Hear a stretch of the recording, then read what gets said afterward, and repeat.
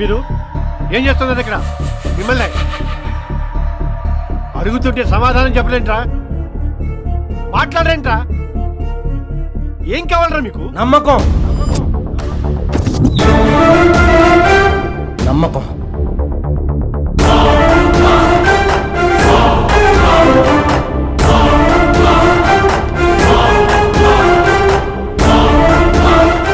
రైతుగా ఉంటే బతికుంటాడని నమ్మకం, బాగుంటాడని నమ్మకం. ఇప్పుడు దాకా నాయకులను చూసి మోసపోయాం, మీలాంటి అధికారుల మాటలు విని విసిగిపోయాం, నష్టపోయాం.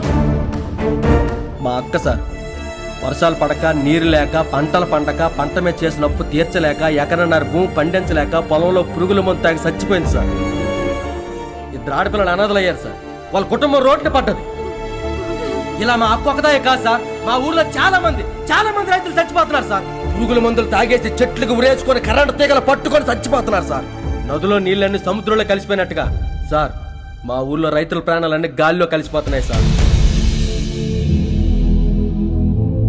మా నాన్న పుట్టి 55 సంవత్సరాలు అవుతుంది సార్. ఇప్పటిదాకా ఎకరా పండే వరి పంట చూడలేపాడు సార్. నేను పుట్టి 25 సంవత్సరాలు అవుతుంది సార్. 10 సెంట్లైనా పచ్చటి పైరు చూడలేదు సార్. బిడ్డకు జన్మనివ్వడానికి తల్లి ఎంత కష్టపడుతుందో ఈ నేలను పండించడానికి రైతు అంతే కష్టపడతాడు సార్. అందరూ పండగలు చేసుకుంటారు సార్, కానీ పచ్చట పంట ఎప్పుడైతే చూస్తాడో రైతుకు అప్పుడే పండగ సార్. ఆ పండగ మాకెప్పుడు సార్? మాకెప్పుడు సార్? అన్నదాత సుఖీభావ అంటారు.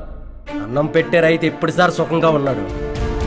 ఒక బట్టల షాప్ ఓనర్ ఇంకో బట్టల షాప్లోకి వెళ్ళడానికి ఆలోచిస్తాడు సార్, కానీ పంట పండించే రైతు అన్న కిలో బియ్యం కోసం రేషన్ షాప్ దగ్గర పడి కాపులు కాస్తాడు సార్. నేలను నమ్ముకునేవాడు బాగుపడుతున్నాడు, నేలను నమ్ముకునే రైతు నేలలోనే కలిసిపోతున్నాడు సార్.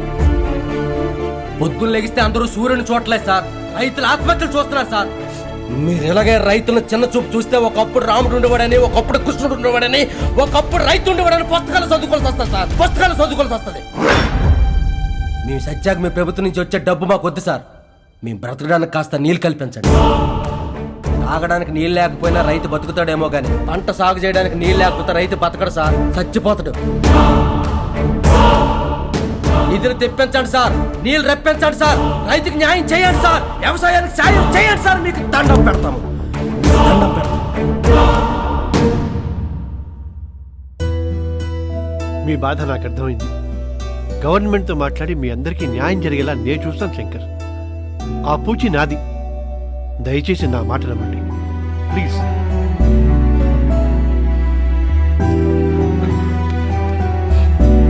మంచిది సార్, అర్థం చేసుకోండి.